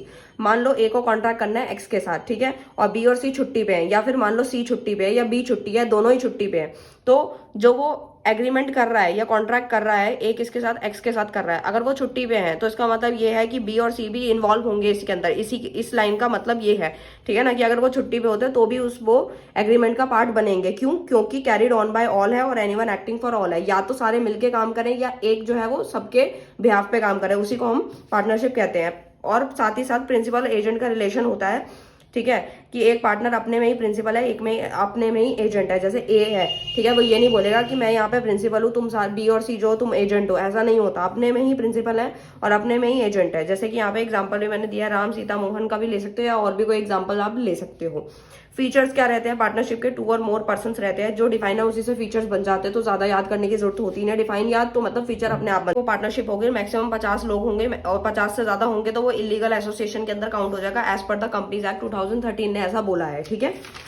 नेक्स्ट चलते हैं, उसके बाद है it must arise out of an agreement, ठीक है, यानी कि कहने का मतलब है एग्रीमेंट होना ही चाहिए। जैसे कि वो 2 टाइप से होता है, एक तो होता है वॉलंटरी, एक होता है कॉन्ट्रैक्चुअल। वॉलंटरी में फ्री कंसेंट होना जरूरी है। हम लोग कॉन्ट्रैक्ट एक्ट जिन्होंने नहीं पढ़ा प्लीज वो जाके वीडियो देख ले, फ्री कंसेंट वगैरह मैंने काफी को समझाया, आराम से समझ आ जाएगा। XYZ जो है अपनी मर्जी से बिजनेस करें, उनका फ्री कंसेंट है, उनको कोई जोर जबरदस्ती नहीं है। इसमें और भी बहुत सारे एग्जाम्पल्स हो सकते हैं। मान लो XYZ है, फ्री कंसेंट से अपना एग्रीमेंट कर रहे हैं, बोल रहे हैं पार्टनरशिप कर रहे हैं, अपनी मर्जी से आ रहे हैं और कह रहे हैं हम लोग अपना प्रॉफिट को शेयर करने वाले हैं, तो वो क्या है, एक एग्रीमेंट है, वॉलंटरी या फ्री कंसेंट है। कॉन्ट्रैक्चुअल में क्या होता है, एक्सप्रेस और इम्प्लाइड होता है। एक्सप्रेस में क्या होता है, या तो ओरल होगा पार्टनरशिप या तो रिटर्न में होगा, यानी बोलकर होगा कि हाँ ठीक है, मान लो ये तीनों पार्टनर है, इन तीनों पार्टनर ने आपस में बोला कि ठीक है हम प्रॉफिट इतना इतना बांटेंगे, इतनी इतनी कैपिटल लगाएंगे, तो ये क्या ओरल है। रिटर्न में क्या होता है कि हर चीजें लिखित में लिखेंगे कि हाँ भाई कौन कौन से पार्टनर है, क्या उनका नाम है, कहाँ वो रहते हैं, क्या इनका एड्रेस है, सब कुछ मेंशन करेंगे, तो वो रिटर्न एग्रीमेंट होता है। ठीक है। एम्प्लाइड में क्या होता है, एक्टिंग बीइंग फॉलोड, जो हमारा जो एक्ट होता है उसको फॉलो किया जा रहा है। Third is the agreement must be to share the profit of the business, ये लोग अपने प्रॉफिट को भी शेयर करेंगे, लॉसेस लिखे नहीं चाहते, बट ये कॉमन सी चीज होती है कि शेयर। उसके बाद समझना है जो हम लोगों का जो एग्रीमेंट होने वाला है वो ओरल है या रिटर्न है। अगर ओरल है, मुंह जुबानी से बोल के किया हुआ है, तो पार्टनरशिप डीड जो है मतलब वो साइलेंट है, पार्टनरशिप डीड नहीं बनी है। लेकिन अगर मान लो पार्टनरशिप डीड है, तो मतलब वो जो भी सारी चीजें हैं वो लिखित में लिखी हुई है, रिटर्न में सब कुछ है सारे एज अ प्रूफ। ठीक है, और जो कि अच्छी भी होती है। ओरल में क्या होता है, धोखाधड़ी ज्यादा होने का चांस होता है, क्योंकि अभी जैसे कोई ट्रस्ट होता है, कोई दो पार्टनर है, उनके आपस में बीच में बहुत ट्रस्ट है, या कोई कजन्स है, उन्होंने सोचा कि हम लोग अपना बिजनेस करते हैं, पर वही है ना, ट्रस्ट तो होता है, लेकिन जब पैसा आने लगता है तो धोखाधड़ी हो ही जाती है। कहीं ना कहीं पैसा देख के हर किसी का लालच आ ही जाता है, तो कहीं ना कहीं जो ओरल है वो बहुत ज्यादा कन्फ्लिक्ट्स पैदा करती है आगे जाके। वैसे तो पार्टनरशिप डीड जो है वो कंपलसरी नहीं है, आगे और डिटेल में देखेंगे इसको, बट जो रिटर्न वाला होता है वो बहुत सही होता है। ठीक है। अब कौन कौन से मेन पॉइंट्स है, क्या क्या उसमें आता है, नेम ऑफ द फर्म, यानी कि जब पार्टनरशिप डीड बनेगी तो उसमें क्या क्या चीजें मेंशन करनी होती है। तो फर्म का नेम होता है, एड्रेस होता है पार्टनर का भी और नेम भी, नेचर किस टाइप का बिजनेस आप लोग कर रहे हैं, प्लेस ऑफ बिजनेस कहाँ पे बिजनेस कर रहे हैं, कौन सी जगह पे कर रहे हैं, ठीक है। Date of commencement of business, partnership क्या है, किस डेट को स्टार्ट किया, ड्यूरेशन क्या रहने वाली है पार्टनरशिप की, कब तक करने वाले हो, एक जॉइंट वेंचर है या फिर कुछ लिमिटेड पीरियड के लिए है, या फिर आप एट विल तक करेंगे, जो भी है वो लिखेंगे। अमाउंट ऑफ कैपिटल कॉन्ट्रीब्यूटेड, कि कितने अमाउंट जो है उसमें कॉन्ट्रीब्यूट, यानी कि कौन सा पर्सन जो है कितनी कैपिटल लगा रहा है, कितनी पूंजी लगा रहा है, ये लिखना बहुत ज्यादा जरूरी क्यों है। मान लो कि किसी पार्टनर ने 1 लाख लगाया, किसी पार्टनर ने 2 लाख लगाया, बाद में जाके वो लोग झगड़ा करेंगे, इससे अच्छा है कि पार्टनरशिप डीड में सब कुछ मेंशन हो कि किसने कितनी कितनी कैपिटल लगाई है। Management of the firm business, ये सारी भी चीजें लिखी जाएंगी। रेशियो ऑफ शेयरिंग प्रॉफिट, जी हाँ, सबसे इंपॉर्टेंट पॉइंट है ये कि ये जो अपना प्रॉफिट है वो किस तरीके से बांटने वाले हैं। जैसे मैंने आपको भी एग्जांपल दिया था, मान लो ए और बी है, ठीक है, ये दो पार्टनर है, ए ने लगाया 1 लाख रुपए, ठीक है, और बी ने लगा दिया यहाँ पे 2 लाख रुपए। ठीक है, तो ए जो यहाँ पे 1 लाख रुपए लगा रहा है और जो बी है वहां यहाँ पे 2 लाख रुपए लगा रहा है। ठीक है, तो कहने का मतलब ये है कि ए बोलेगा कि भाई मैंने यहाँ पे चलो ठीक है 1 लाख लगाया, बी बोल रहा है मैंने 2 लाख। अगर ये ए बोले कि नहीं हम तो प्रॉफिट बराबर बांटेंगे, तो भाई बी को तो गुस्सा आएगा ना कि भाई मैंने तो ज्यादा लगाया है तो मेरे को कम क्यों मिल रहा है। तो इसीलिए रेशियो डिसाइड होती है इनके बीच में कि कोई काम अगर ज्यादा कर रहा है तो उसको सैलरी दी जाए, या फिर अगर कोई कम कर रहा है तो उस हिसाब से मतलब किसी की कैपिटल ज्यादा तो उसको ज्यादा मिले। इंटरेस्ट मिलेगा अगर कोई भी पार्टनर्स कैपिटल या ड्राइंग होती है तो इंटरेस्ट ऑन कैपिटल भी होगा। सैलरी कमीशन मिलेगी अगर मान लो ए जो है वो पैसा कम लगा रहा है लेकिन वो बिजनेस में काम ज्यादा करता है, और बी पैसे ज्यादा लगा रहा है लेकिन काम कम करता है, तो भाई ए तो सैलरी मांगेगा ना, या फिर कमीशन एक्सेट्रा ये सब लेगा वो। Retirement, death of a partner, ये सारी चीजें मेंशन करी जाएंगी। Method of settling dispute among partner, अगर मान लो किसी भी पार्टनर के बीच में डिस्प्यूट हो जाते हैं, झगड़े हो जाते हैं, तो उसको कौन सुलझाएगा, क्या मेथड रहने वाला है वो भी मेंशन करना पड़ता है। कल को तो समझ ही नहीं आएगा जब डिस्प्यूट होगा इनके बीच में, तो इनको कौन सॉल्व करेगा। Settlement of account on dissolution of the firm, की अगर हमारी आगे चल के फर्म ही डिसॉल्व हो जाती है, बिल्कुल फर्म ही बंद हो जाती है, तो इसको सेटलमेंट किस तरीके से करना है। तो सारी की सारी चीजें लिखित में होती हैं तो बहुत अच्छा रहता है, कोई भी टेंशन की बात नहीं। उसके बाद आता है टाइप ऑफ पार्टनर। एक्टिव का एक और नाम भी होता है ऑस्टेंसिबल पार्टनर, और दूसरा होता है स्लीपिंग, जैसे हम डॉर्मेंट पार्टनर भी बोलते हैं। ठीक है, एक्टिव पार्टनर कौन सा होता है, नाम से ही क्लियर है, पार्टनर बाय एग्रीमेंट के थ्रू ये होता है, एक्टिवली पार्टिसिपेट करता है, हर एक चीज में हिस्सा लेता है, पार्टिसिपेट करता है, पब्लिक नोटिस देता है जब भी रिटायर होगा, और अवॉइड फ्यूचर लाइबिलिटीज, यानी कि अगर वो फ्यूचर की लाइबिलिटीज से बचना चाहता है तो उसको पब्लिक नोटिस जो है देना पड़ेगा। अगर वो नहीं देगा तो बहुत बड़ी दिक्कत हो जाएगी। जैसे मैं एक एग्जांपल देती हूँ, ये सारे एग्जांपल आप डाल सकते हैं, XYZ नहीं, मतलब कुछ भी नाम देके इसको एक्सप्लेन कर सकते हैं, मैटर बड़ा हो जाएगा। XYZ है, ठीक है, और मान लो X जो था वो यहाँ पे मेन पर्सन है जिसकी गुडविल बहुत अच्छी थी, सब लोग X को बहुत अच्छे से जानते थे, क्योंकि Y और Z इतने अच्छे, मतलब ये लोग आते तो थे बिजनेस में बट इतना ज्यादा लोग उनको कस्टमर इनको ज्यादा जानते नहीं थे, X को ज्यादा जानते थे। और X ही क्या था, एक्टिव पार्टनर था। सपोज ये एक्टिव पार्टनर जो है वो चला जाता है, ठीक है, रिटायरमेंट ले लेता है किसी भी रीजन की वजह से, उसको अच्छा नहीं लग रहा है या उनके साथ काम करना अच्छा लग रहा है या फिर दुखी हो चुका है, वट एवर कोई भी रीजन होता है, तो अगर वो एक्स चाहता है तो उसको कहीं ना कहीं पब्लिक नोटिस देना ही पड़ेगा। अगर मान लो वो पब्लिक नोटिस दिए बिना ही चला जाता है तो उसको फ्यूचर की लायबिलिटी तब तक पे करनी पड़ेगी जब तक कि वो नोटिस नहीं देता। इससे अच्छा है कि वो पब्लिक नोटिस दे के ही जाए ताकि उसको फ्यूचर की लायबिलिटी से वो बच सके। क्लियर हो गया? यही सारे एग्जाम्पल आपने एग्जाम्स के अंदर डालने हैं मैटर को बढ़ाने के लिए। स्लीपिंग पार्टनर क्या होता है मैं बता देती हूँ, प्रॉफिट एंड लॉस के लिए होता है और ये एक्टिवली पार्टिसिपेट नहीं करता, तभी इसको स्लीपिंग का नाम दिया गया है। क्योंकि एक्टिव में क्या होता था कि अब एक्टिवली पार्टिसिपेट कर रहा है हर एक चीज को लेके, लेकिन यहाँ पे वो एक्टिवली पार्टिसिपेट नहीं कर रहा स्लीपिंग पार्टनर। इसको पब्लिक नोटिस देने की जरूरत नहीं होती रिटायरमेंट के टाइम पे, क्योंकि ये वैसे भी स्लीपिंग है, ज्यादा लोग तो इसको वैसे भी नहीं जानते होंगे। पार्टनर बाय एग्रीमेंट के थ्रू ये आता है। ठीक है, नेक्स्ट आते हैं हम लोग नॉमिनल पार्टनर क्या होता है। देखो नॉमिनल पार्टनर से हम समझते हैं जैसे गुडविल के लिए कोई आता है, जैसे किसी की रेपुटेशन, किसी की गुडविल बहुत अच्छी है मार्केट में, ठीक है, तो हम उसका नाम यूज करते हैं अपने फर्म के अंदर और उसको उस बात के पैसे देते हैं ताकि हमारा बिजनेस और इंक्रीज कर जाए। ठीक है ना? अब इसमें क्या होता है, ये कोई प्रॉफिट लॉस के लिए नहीं होता, कोई इंटरेस्ट के लिए नहीं होता, कोई पार्टिसिपेशन नहीं होता, बस ये जो है लायबल होता है थर्ड पार्टी के लिए। जैसे मान लो सलमान खान है या फिर कोई एक्ट्रेस ले लो, आजकल आप देखते हो एड्स वगैरह के लिए भी कितनी चीजें ली जाती हैं। जैसे कोई बिजनेस है उसका प्रमोशन करना है तो किसी एक्ट्रेस को ले लेते हैं, तो हमें लगता है कि वो एक्ट्रेस तो वो प्रोडक्ट यूज कर रही है तो हम फटाफट से उसकी तरफ अट्रैक्ट हो जाते हैं और वो प्रोडक्ट लेना शुरू कर देते हैं। लेकिन एक्चुअल में क्या होता है कि हमने उसकी गुडविल का यूज किया है, इसीलिए हम जो है देखते होंगे आपकी गुडविल के लिए हम लोग नॉमिनल पार्टनर को लेते हैं।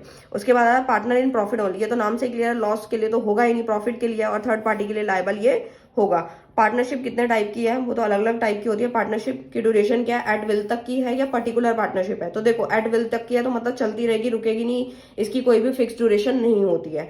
पर्टिकुलर पार्टनरशिप में क्या होता है, जैसे कि अब आते हैं राइट्स ऑफ पार्टनर पे, जो कि हमारा इंडियन पार्टनरशिप एक्ट 1932 के अंदर बताई गई हैं, राइट्स बताए गए हैं।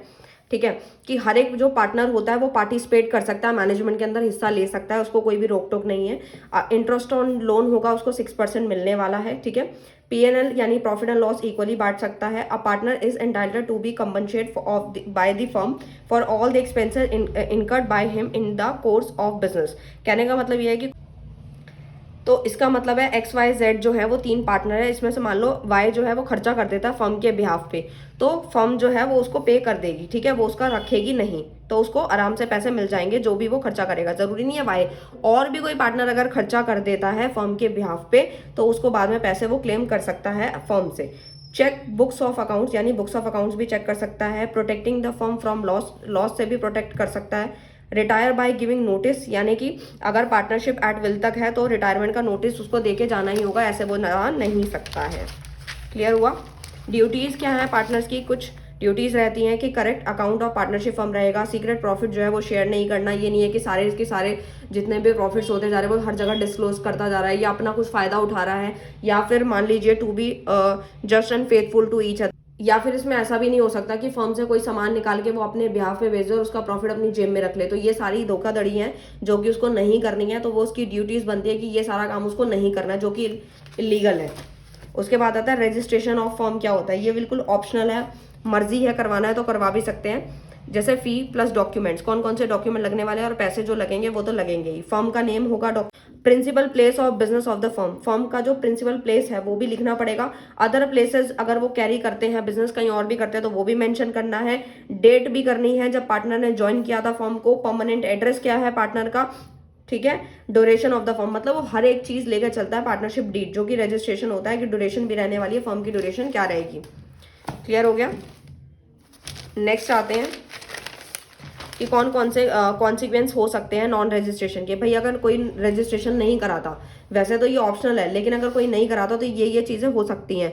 तो वो क्या क्या चीजें नहीं कर सकता, no suit in a civil court by firm, यानी कि वो फर्म के बिहाफ पर कोई भी सूट फाइल नहीं कर सकता, कोई केस नहीं कर सकता। आपस में एक दूसरे के लिए भी पार्टनर नहीं कर सकता है क्योंकि इन्होंने रजिस्ट्रेशन नहीं कराया था, कोई पार्टनरशिप डीड नहीं बनी थी। Third party can sue the firm, यानी थर्ड पार्टी तो स्यू कर सकती है। Partner can not case against other person or the firm, ये भी मैंने आपको बता दिया। पार्टनर अगेंस्ट दूसरे पर्सन के लिए भी नहीं कर सकता, केस फाइल नहीं कर सकता, ना ही फर्म के बिहाफ पे कर सकता है क्योंकि इसने जो है पार्टनरशिप डीड नहीं बनाई, ना ही कोई रजिस्ट्रेशन कराया था। तो ये सारे कॉन्सिक्वेंस हो सकते हैं। उसके बाद आता है डिसोल्यूशन ऑफ द फर्म। क्या होता है डिसोल्यूशन ऑफ द फर्म? देखो मैं सिंपल सा बताती हूँ, आप लोगों को इतना समझना है। डिसोल्यूशन मतलब डिसॉल्व हो रही है चीजें, यानी कि वो दो तरीके से होती हैं। या तो होता है डिसोल्यूशन ऑफ फर्म, एक होता है डिसोल्यूशन ऑफ पार्टनरशिप। देखो पार्टनरशिप का एग्जांपल मैंने यहाँ दिया, suppose A B C partner है, जिसमें से मान लो कि सी जो है वो चला जाता है, ठीक है, तो इनकी जो ओल्ड पार्टनरशिप है वो खत्म हो जाती है और नई पार्टनरशिप, कोई नया पार्टनर एक्स आ जाता है या वाई कोई भी आ जाता है और नई पार्टनरशिप शुरू होती है, ठीक है। तो जब ये पुरानी वाली पार्टनरशिप खत्म होती है तो उसे बोलते हैं डिसोल्यूशन ऑफ पार्टनरशिप। लेकिन अगर पूरी फर्म ही बंद हो रही है तो उसे बोलते हैं डिसोल्यूशन ऑफ फर्म। मेरे को लगता है कि आप लोगों को समझ आ गया होगा। डिसोल्यूशन ऑफ फर्म के मोड्स कौन कौन से हो सकते हैं, तो एक होता है कोर्ट के ऑर्डर से, एक होता है कोर्ट के ऑर्डर से नहीं होता। तो अगर कोर्ट के ऑर्डर से होगा तो क्या क्या होगा मैं बताती हूँ। ऑर्डर ऑफ कोर्ट में आता है म्यूचुअल एग्रीमेंट। अगर उनका एग्रीमेंट, उनकी म्यूचुअल एग्रीमेंट हो गया उनके बीच में कि हाँ भाई हम लोगों को डिसोल्यूशन करना है, तो बिल्कुल हो जाएगा, सारे पार्टनर का एग्रीमेंट हो ही चुका है, तो इसमें कुछ नहीं हो सकता। बिजनेस बिकमिंग इलीगल, अगर बिजनेस ही इलीगल हो गया तो भी हम लोगों का डिसोल्यूशन ऑफ फर्म में माना जाएगा। कोई दो पार्टनर है या तीन है या चार है, उनमें से कोई एक या दो भी इंसॉल्वेंट हो जाते हैं तो भी हमारा जो है मोड ऑफ डिसोल्यूशन जो है हमारा डिसोल्यूशन ऑफ फर्म में काउंट होगा। पार्टनरशिप एट विल भी अगर है तो भी हमारी वो डिसोल्यूशन ऑफ फर्म के अंदर मानी जाएगी। आई होप आपको क्लियर है पार्टनरशिप। उसके बाद आता है एलएलपी। एलएलपी क्या है, लिमिटेड लाइबिलिटी पार्टनरशिप है। एक्ट कब आया था 2008 में, और ये मिनिस्ट्री लॉ एंड जस्टिस में कब आया था मैं बता देती हूँ, 9 जन 2007 को। और साथ ही साथ इसका पार्लियामेंट में बिल कब पास हुआ था तो मैं बता देती हूँ 12 दिसंबर 2008 को। और इन फोर्स में कब आया था, 31 मार्च 2009 को, ठीक है ना। और ये एक्ट कौन सा है, 2008 एक्ट है, ठीक है।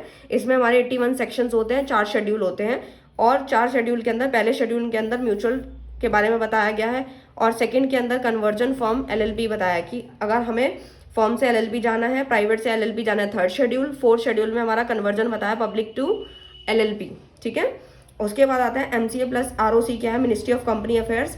जैसे कि हम लोग रजिस्ट्रेशन कराते हैं रजिस्टर ऑफ कंपनी में जाके, ऐसे इसमें एमसीए प्लस आरओसी होता है। और इसके अंदर इंडियन पार्टनरशिप एक्ट अप्लाई नहीं होती, वो अलग है और ये अलग है, ठीक है। एडमिनिस्ट्रेशन प्रोसीजर के लिए हमें registrar of company plus company affairs दोनों ही इंक्लूडेड होते हैं। नेक्स्ट आता है हम लोगों का कि एडवांटेजेस क्या क्या है एलएलपी के। लिमिटेड लाइबिलिटी पार्टनरशिप के फायदे क्या है, इजी टू फॉर्म है, आराम से फॉर्म हो जाती है, नाम से ही क्लियर है।